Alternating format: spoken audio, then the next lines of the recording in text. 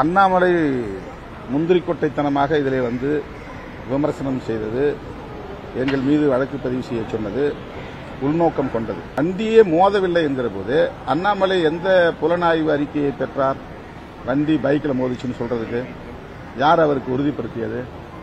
அவர் ஏன் முந்திக்கிட்டு வந்து விடுதலை சிறுத்தையிலிருந்து குண்டர்கள்ங்கிறாரு, ரவுடிகள்ங்கிறாரு? அந்த வீடியோவை வெளியிட்டவர்களுக்கும் இவருக்கும் ஏதோ ஒரு தொடர்பு இருக்கிறது.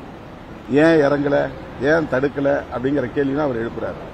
எனவே முன்னால வந்து ஒரு ஆளை செட் பண்ணி வச்சு இந்த வீடியோவை எடுத்திருக்காங்க. அந்த வீடியோ உடனடியாக வந்து அண்ணாமலைக்கு போயிருக்கு. இது அவர் வந்து அடுத்த ஒரு மணி நேரத்தில் வந்து விடுதலை சிறுத்தைகள் வந்து குண்டர்கள், அவங்களை கைது பண்ணணும், திருமாவளவன் அதுக்கு வந்து வேடிக்கை பார்த்துட்டு இருக்கிறாரு அப்படின்னு அவர் கண்டிக்கிறாரு. ஒரு சமூக பதற்றத்தை உருவாக்குவதற்கு இந்த தனியார் தொலைக்காட்சியும் அண்ணாமலையும் காரணமா இருக்காங்க. இப்ப எனக்கு வந்து எனக்கோ எங்க கூடியிருந்த தம்பிகளுக்கோ யார் என்ன அவங்களுக்கு என்ன அடையாளங்கிறது தெரியலாம், ஆனா அவரு என்ன அடையாளம் யாருக்குமே தெரியாது. உடனே இந்த சாதி பார்த்து தான் அவங்க அடிச்சாங்க அப்படின்னு ஒரு சாதிக்கு எதிராக எங்களை நிறுத்துறாங்க. நாங்க எப்படி ஒரு சாதிக்கு எதிராக செயல்பட முடியும்? அப்ப எங்களை ஒரு சாதிக்கு எதிராக நிறுத்துற முயற்சியில ஏன் வந்து அண்ணாமலை ஈடுபடுறாரு? சமூக பதற்றத்தை உருவாக்குறாரு. அவர் முதல்ல தமிழ்நாடு தலைவர் பதவியிலிருந்து வெளியே போயிட்டது அவருக்கு தெரியுமா தெரியாதா? அந்த பிரச்சனை அவர் நயினார் நாகேந்திரன் அவர்கள் வந்து அட்ரஸ் பண்ணட்டும். இவர் கருத்து சொல்ல உரிமை இருக்கு, ஆனா பதற்றத்தை உருவாக்குறதுக்கும் ஒரு புலனாய்வு நடக்காத போது வண்டியில போய் மோதுனதுங்கிறது என்ன ஆதாரம்? வண்டியில மோதுனதுங்கிறதுக்கு ஆதாரம் காட்ட சொல்லுங்க, நான் மன்னிப்பு கேட்கிறேன். இந்த டிவிக்காக வந்து தொடர்ந்து பல வருஷமா ஒரு சைடு எடுத்து ஒரு அவதூறு பரப்புறதுலையும் வதந்தி பரப்புறதுலையும் சமூக பதற்றத்தை ஏற்படுத்துறதுலையும் குறியாருக்கு செயல்படுறாங்க. நாங்க இல்லன்னு மறுத்தது பிறகும் திரும்ப வந்து மாட்டிக்கொண்ட வீசிக்கான செய்தியை போடுறாங்க. பைக் மோதியது, பைக்கின் மீது திருமாவளவன் கார் மோதியதுன்றாங்க. கார் மோதியதுங்கிறது என்ன செய்தி? அது மோதியதாக தெரிகிறதுன்னு என்ன சொல்லிருக்கலாம்ல, அப்படி சொல்லப்படுகிறது சொல்லலாம்ல, அல்லது அந்த பையன் சொல்றான்னு சொல்லணும்ல. இவங்க எப்படி ஒரு முடிந்த முடிவுக்கு வராங்க, உறுதியான முடிவுக்கு? இவ்வளவு நடந்த பிறகும் நீங்க பேசுறப்ப அவர் வாங்கின அடி பத்தாது, அடி பத்தாதெல்லாம் சொல்லல, அதெல்லாம் தப்புங்க, அப்படிலாம் சொல்ல கிடையாது. அடி பத்தான்னு சொல்ல, இவங்க 4 தட்டு தட்டினாங்க, அவ்வளவுதான். அது வந்து நான் வந்து வீடியோல தான் பார்த்து தெரிஞ்சுக்கிட்டேன், வண்டியில உட்காந்து நான் பார்க்கல. என் வண்டி நகர்ந்துருச்சு, அந்த மொத்த செகண்ட்ஸே பாருங்க, 30 செகண்ட் 40 செகண்ட் தான் நடந்திருக்கும். சுத்தி சூழ்ந்து நின்றுட்டாங்க வண்டிக்கு முன்னால. அங்க என்ன நடக்குதுன்னு தெரியாது, நான் உள்ள உட்காந்துருக்கும் போது. அந்த மாதிரிலாம் நான் வந்து விட்டுட்டு ஒரு ஆள் கிடையாது. பிரச்சனை டக்குன்னு ஸ்பாட்ல இறங்கிடுவேன் நான்.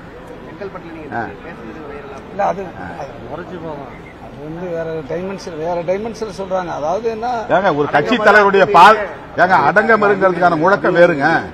அது வந்து நான் கிட்டத்தட்ட 35 வருஷமா சொல்லிட்டு இருக்கிறேன், அவங்களுக்காக சொல்லல. ஒடுக்கப்பட்ட மக்கள் அனைவரும் வந்து இது மாதிரி ஒடுங்கி கிடக்காதீங்க, கேஸ் போட்டானாக்கா பயப்படாதீங்க, யாராவது வந்து உங்களை மிரட்டாண்டா பயப்படாதீங்கன்னு சொல்றதுங்கிறது அது ஒரு அரசியல் முழக்காது. அது யாரும் ஒரு குறிப்பிட்ட சாதிக்கு எதிரானது இல்ல, ஒரு சமூகத்துக்கு எதிரானது கிடையாது. அது உலகம் முழுக்க பொருந்தும், எந்த சமூகத்துக்காக இருந்தாலும் அது பொருந்தும்.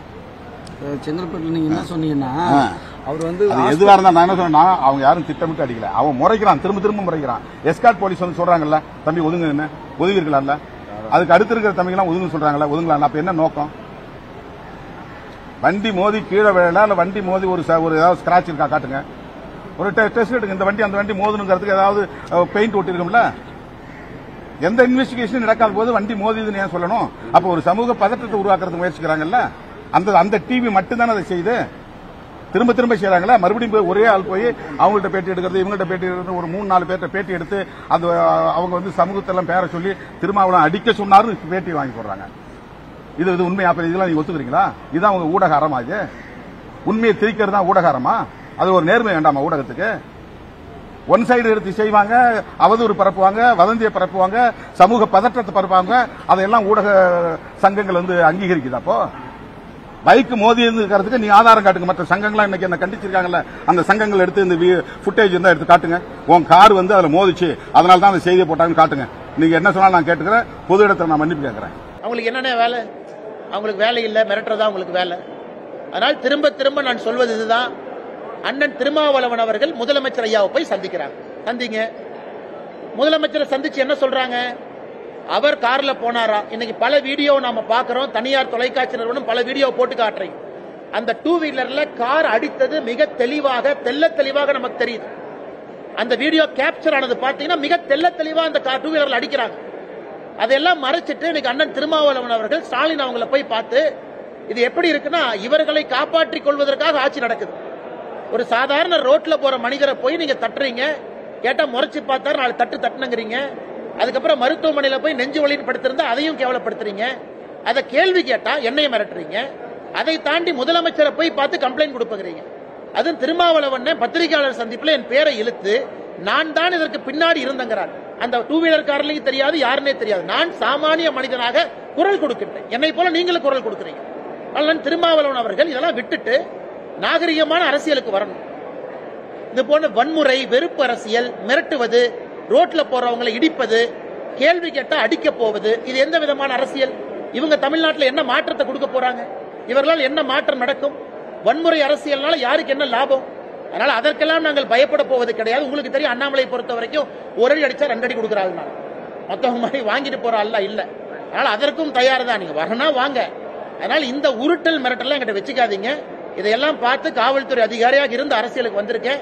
பல ரவுடிகளை டீல் பண்ணிருக்கேன். இந்த வேலையில என்கிட்ட வச்சுக்கூடாது. அதே நேரத்தில் முதலமைச்சர் நான் சொல்றது, நீங்க உள்ள புந்து ஏன் எஃப்ஐஆர் போடல? இந்த மாநிலத்தினுடைய முதலமைச்சர் நீங்க ஏன் அரெஸ்ட் பண்ணல?